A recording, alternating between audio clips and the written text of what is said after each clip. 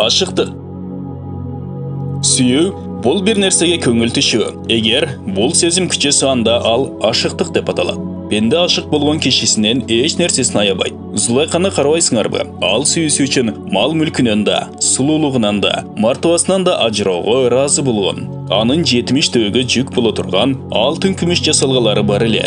Баарын Жусупка алейхиссалам арнаган сүйүүсү үчүн жумшап салды. Жада калса, мен бүгүн Жусупту көрдүм деген кишиге да ойлонбой туруп бир баалуу жасалгасын белек кылчу. Ушинтип байлыгында чачып түгөттү. Колунда эч нерсеси калган жок. Бардык нерсени Жусуп деп атачу. Ашыктыгынын айынан андан башка бардык нерсени унутту. Асманды караса жылдыздар Жусуп деп жазылып тургандай көрүнчү. Айтуулар боюнча Зулайка ыйман келтиргенден кийин Жусуп алейхиссалам менен баш кошуп, бирок андан бөлөк жашай баштады. Өзүнчө эендеп, жалгыз Аллага ибадат кылып жүрдү.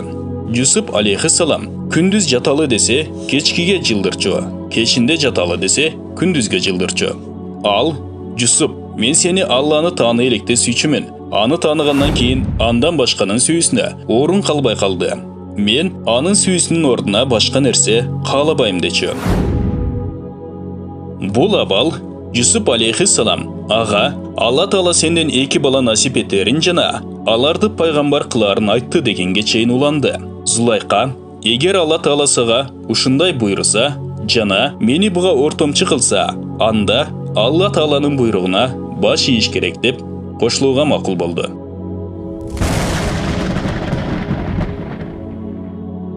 Лейланын Мажнундан атын ким деп сурашса, Лейла дейт.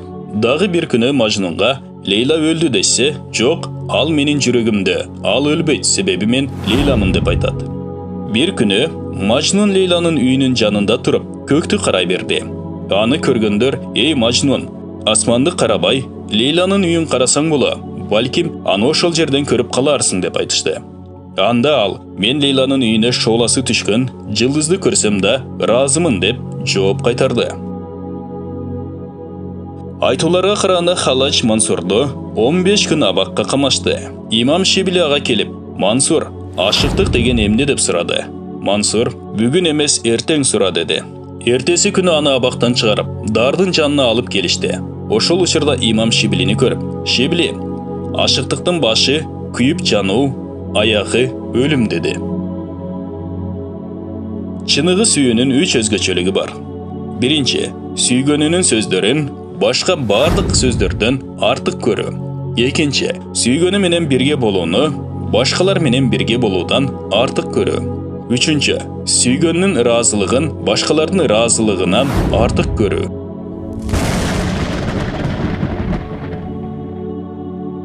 Бир киши Эфрат дарыясына жуунуп атып, кимдир бирөөнүн «О күнөөкөрлөр, бүгүн момун пенделеримден бөлүнгүлө» деген аятты окуганын угуп калды. Ошондо анын денесин калтырак басып, сууга кулап чөгүп өлдү.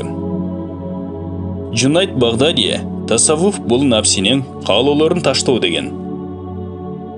Зиннуни Мисри бир күнү харам мешитине кирип, түркүктүн алдына ташталган оорукчан, жылаңаш жигитти көрдү. Ал аянычтуу онтоп жатыптыр. Андан аркысын Зиннун Мисри төмөндөгүчө баяндайт. Ага жакындап барып, салам берип, «Эй жигит, сен кимсиң?» деп сурадым. Ал, «Мен ашыктыкка берилген алсыз жанмын» деди. Анын айтканын түшүндүм да, «Мен да сендеймин» дедим. Муну угуп ал ыйлай баштады.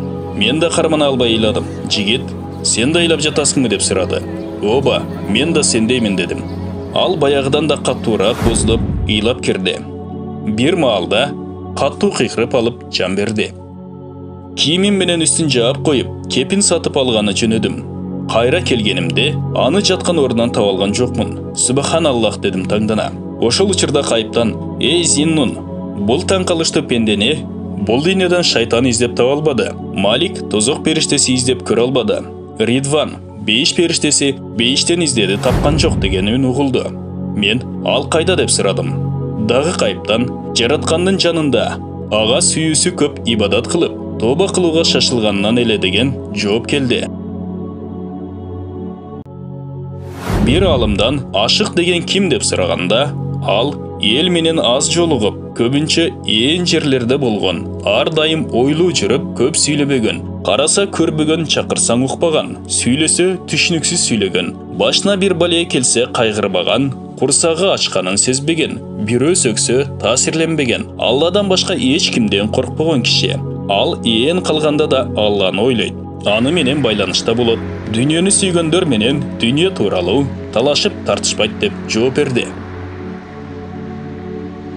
Бул баян жүрөктөрдүн ачкыча талыштагы китептен алынып баяндалды. Урматтуу мусулман бир туугандар, биздин Ихро медиа каналыбызга катталыңыздар.